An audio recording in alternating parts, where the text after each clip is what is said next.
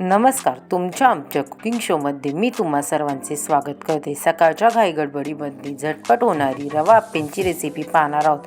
तर चला मग रेसिपी बनवण्यास सुरुवात करूया. त्यासाठी येथे मी 1 वाटी रवा,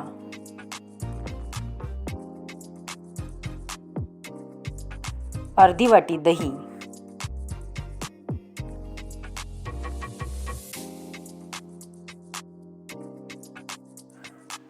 आता आपण यामध्ये पाणी टाकून आप्प्यांसाठी लागणारे पीठ तयार करून घेऊ.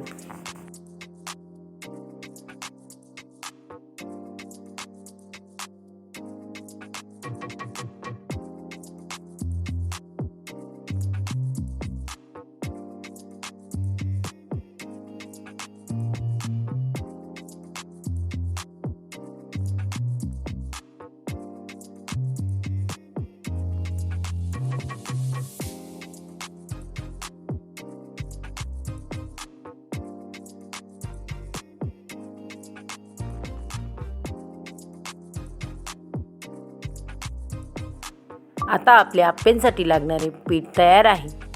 आता आपण हे पीठ 15 मिनिटांसाठी एका बाजूला ठेवून देऊ.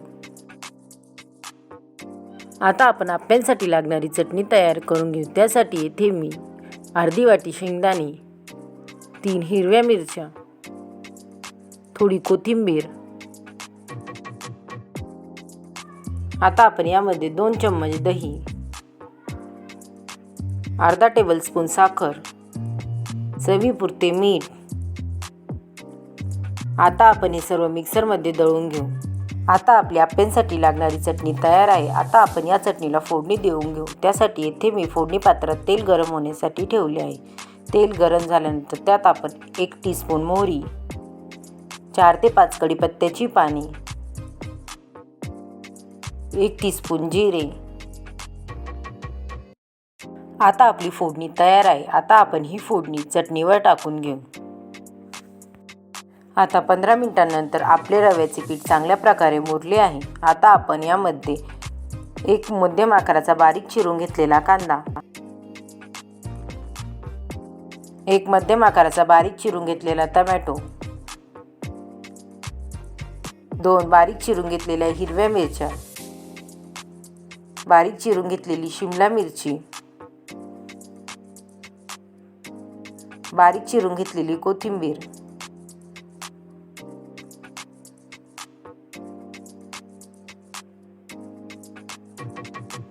चवीपुरते मीठ.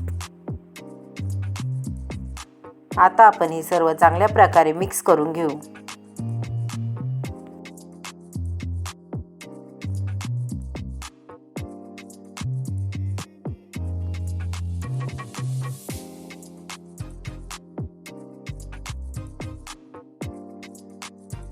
आता येथे मी फोडणी पात्रात तेल गरम होण्यासाठी ठेवले आहे. तेल गरम झाल्यानंतर त्यात आपण 1 टीस्पून मोहरी व 1 टीस्पून जिरे टाकून घेऊ.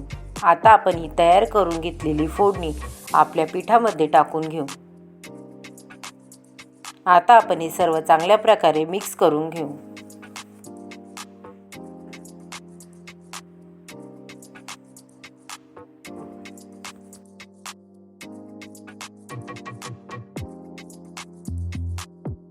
आता येथे मी इनो फुल सॉल्ट घेतला आहे. आता आपण हा इनो पिठामध्ये टाकून घेऊ. इनो ॲक्टिवेट होण्यासाठी आता आपण त्या इनोवर थोडे पाणी टाकून घेऊ व हे पीठ चांगल्या प्रकारे मिक्स करून घेऊ.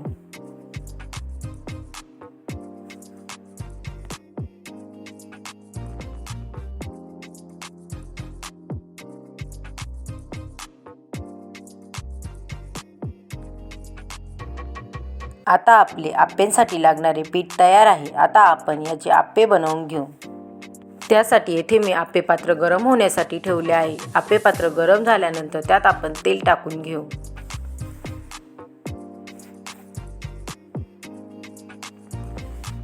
आता आपले तेल चांगल्या प्रकारे गरम झाले आहे. त्यात आपण आप्प्यांचे पीठ टाकून घेऊ.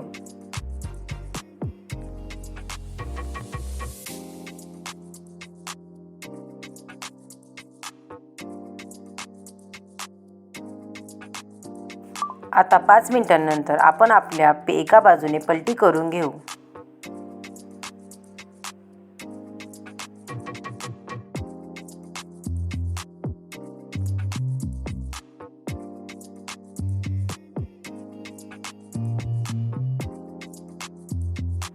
आता आपल्या आप्यांना दोन्ही बाजूने छान प्रकारे लालसर रंग आला आहे व आपले आप्पे चांगल्या प्रकारे शिजले आहे. आता आपण हे आप्पे काढून घेऊ.